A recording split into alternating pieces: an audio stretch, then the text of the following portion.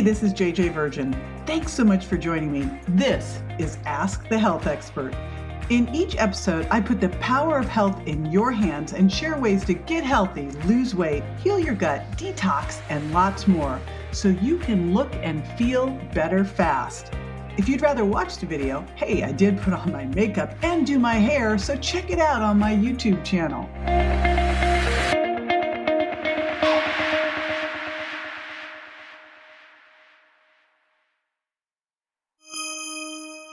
Autoimmune diseases like celiac, Hashimoto's thyroiditis, multiple sclerosis, and type 1 diabetes are caused when your immune system goes haywire and attacks your healthy tissues. And even if you need medication, you may be surprised how much you can heal if you make food your medicine first. Because what you eat, when you eat, and why can have a huge impact on autoimmune conditions. In this video, I'm going to share the top 6 dietary hacks I recommend specifically to heal your Hashimoto's and boost your metabolism, because low thyroid is one of the most common autoimmune conditions out there. But if you're dealing with another autoimmune condition, these tips can help you too. So be sure to watch to the end, because number 6 is probably one you've never heard before. Hey, it's JJ. Today we're going to talk about the really common autoimmune condition called Hashimoto's thyroiditis, or Hashimoto's disease. It happens when your immune system doesn't recognize your thyroid and attacks it, and it usually causes hypothyroidism or underactive thyroid. So the result is that your thyroid gland can't make enough thyroid hormone. But on rare occasions, Hashis can actually cause hyperthyroidism, which means your thyroid is actually overactive.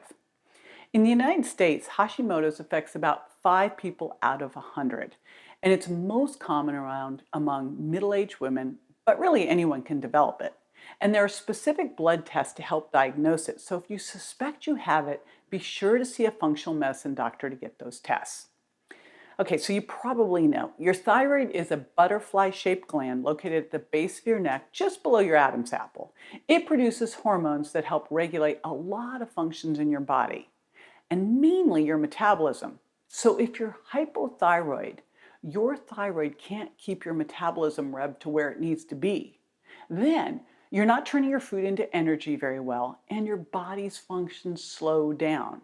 When that happens, you get hit with symptoms like fatigue, increased sensitivity to cold, dry skin, muscle aches and joint pain, depression, brain fog, swelling of your thyroid, which is also called a goiter, puffy face, and even hair loss. Holy smokes, how's that for things to deal with every day? And those are just a few of the symptoms. But here's the good news. Recent research has highlighted the positive impact diet can have on Hashimoto's. So if you want to support your thyroid function and reduce your symptoms, what should you eat? Well, there are some universal things to try first, but it may take some time and some experimenting to land on what works best for your body chemistry. I like to use diets short-term and therapeutically to do just that.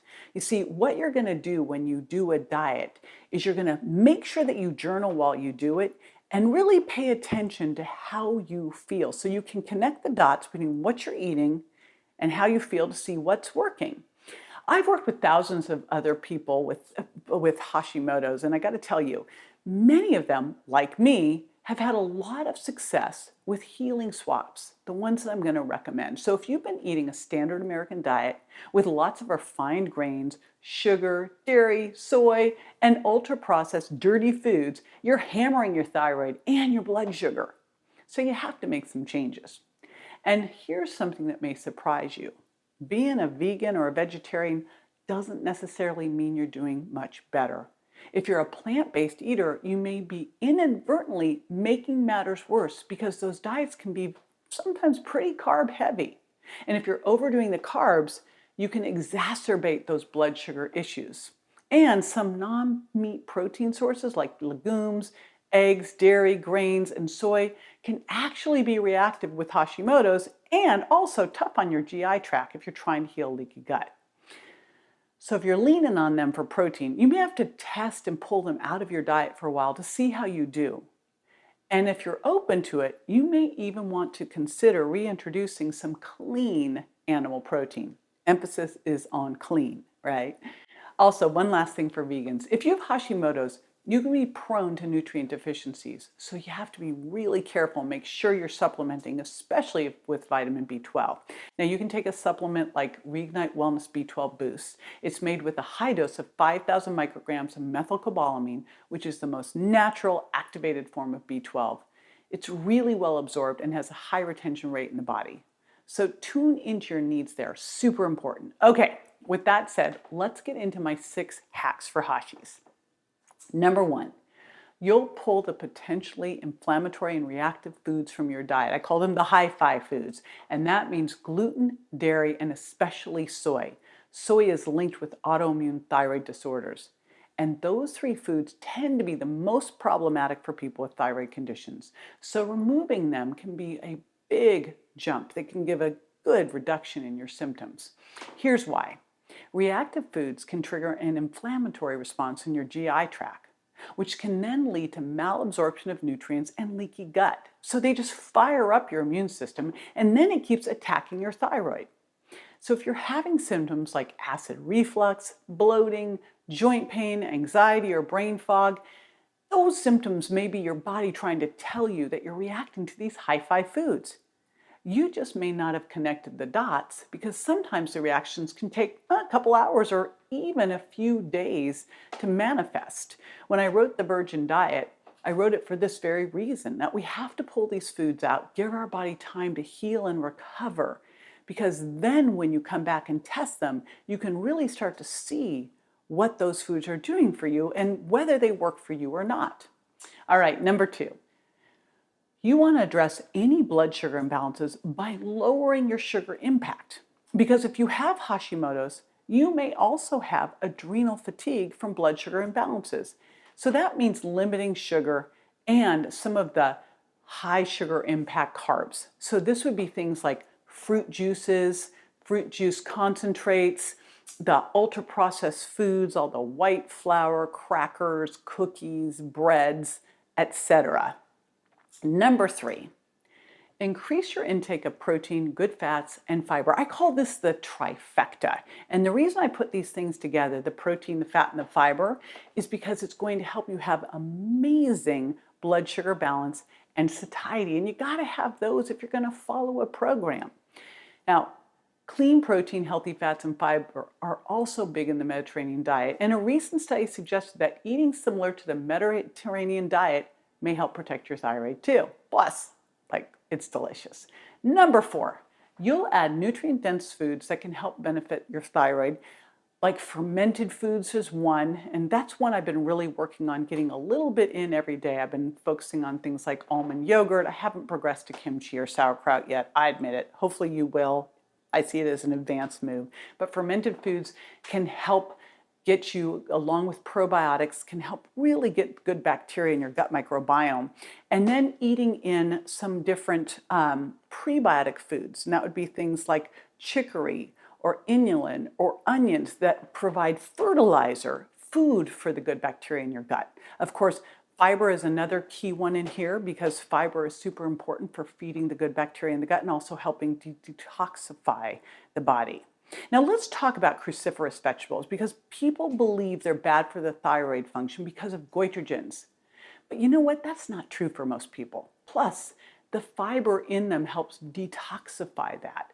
So one of the really cool detoxifying, well, it's not a vegetable, it's an herb, is cilantro. Now, I actually have that gene that hates cilantro. I kid you not. But if you do not have that or you can hide it, then cilantro is amazing because it's a natural chelator, so it can bind to toxins to help get them out of your body. So it's a great thing to throw into that guacamole if it doesn't taste like soap to you, which it does to me, sadly. Berries are another one that I want you to include because they are an incredible source of antioxidants. And blueberries especially are rich in a source of something called myo-inositol. And this is a nutrient that's been shown to improve thyroid function and blood sugar. Okay, number 5 hack. You gotta limit fish high in mercury, and maybe not just limit it, like stop it altogether, because studies have shown that mercury can impact your thyroid function.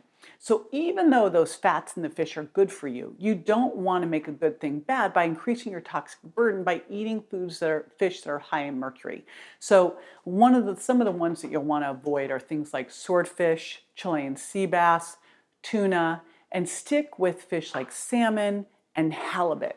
So look online. Here's the go-to on this is search online for fish high in mercury, because they'll rate them low, medium, and high, and focus on the low. It's generally the smaller fish you're better off. If you will eat sardines, bonus points for those, because that's definitely one that's a good one. Okay, number 6, here's the controversial one, controversy alert. Limit foods high in iodine. What? You probably heard just the opposite, right? Well, you do need iodine in your diet, but you don't want to overdo it. Like everything else, it's all about having the right amounts and being in balance. So you probably won't need to supplement with it. And you'll also want to watch how much you're getting in your diet. So you don't want to go adding in iodized salt or eating a lot of dairy or seaweed. Plus, remember, dairy could be a trigger for the autoimmune disease too. Quite often it is. Now, the most important thing to do in focusing on your diet is to help your thyroid function, put the fire out by calming the inflammatory response in your diet. So that's going to be all about swapping out the foods that could be hurting you for foods that can heal you. And one more dishonorable mention I have to talk about when we're talking about inflammation are all those bad seed oils. So one of the big things that you can do that can really help here is to make an oil change. And you really have to watch out for things like canola oil, corn oil, safflower oil, sunflower oil. These are highly processed pro-inflammatory oils that we want to swap out for extra virgin olive oil, avocado oil, coconut oil. Okay? Now let's talk when. Then there's that timing of when to eat these healing foods. And it turns out eating in sync with your body's clock, eating according to circadian rhythm, can help you better manage Hashimoto's because it may help lower inflammation. So intermittent fasting has become popular. You've probably heard about it, especially because it can help with healing, cellular detox, lowering inflammation, and weight loss. And you might be tempted to go, okay, I'm diving into intermittent fasting, because weight gain is often one of the things that you struggle with when you have Hashimoto's. But be aware, because fasting can affect your thyroid, since fasting directly impacts your metabolism.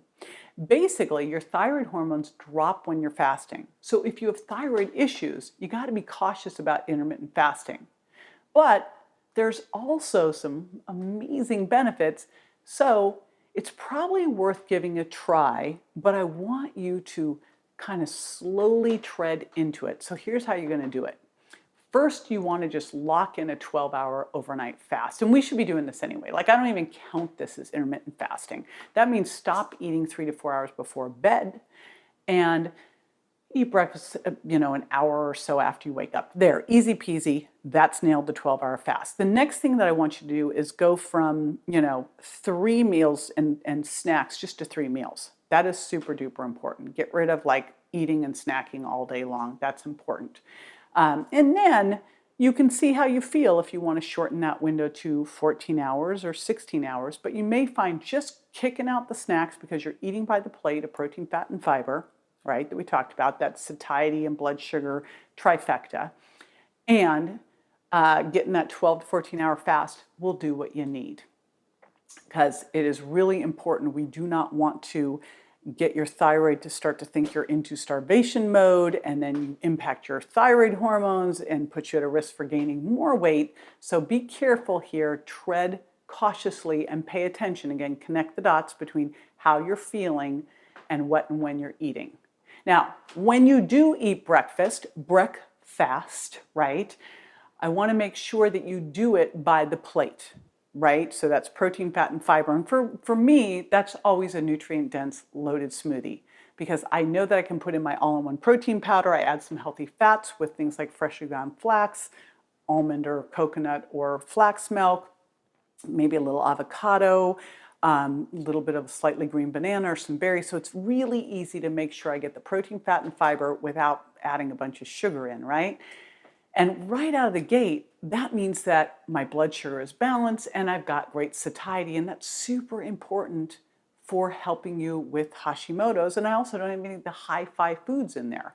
Now here's what else is important. According to researchers, eating a higher calorie breakfast and then going a little lighter on calories for dinner might also help you better manage your Hashimoto's. All right, these hacks that I just gave you, they're gonna give your thyroid the love it deserves and hopefully help you feel better fast. So to recap, you're gonna limit the inflammatory foods like dirty processed carbs and sugar and gluten, dairy, eggs, corn, soy, peanuts. You're going to limit the fish high in mercury and the foods high in iodine. You're gonna increase your protein, fat, and fiber and other nutrient-dense foods that support your gut. And then to take it further, if there are any other things impacting your thyroid function, make sure you're removing toxins from your daily routine, adding nutrients if you're deficient, balancing your adrenals, and addressing any gut-related issues like Candida or SIBO. Thank you so much for joining me. And if you don't know me, I'm JJ Virgin. I'm a 4 times New York Times bestselling author, most notably of the Virgin Diet, and a Fitness Hall of Famer. And I have lots more to share with you to help you get your thyroid back on track, which of course is going to help you get healthy and lose weight if that's your goal. So check out the rest of my What to Eat, When to Eat, and Why series for more. And thank you so much for being with me. I'll see you next time. For more info on this and other health topics I cover, or to rate and review, find me on Instagram, Facebook, and my website, jjvirgin.com. And don't forget to subscribe to my show so you won't miss a single episode. Go to subscribetojj.com.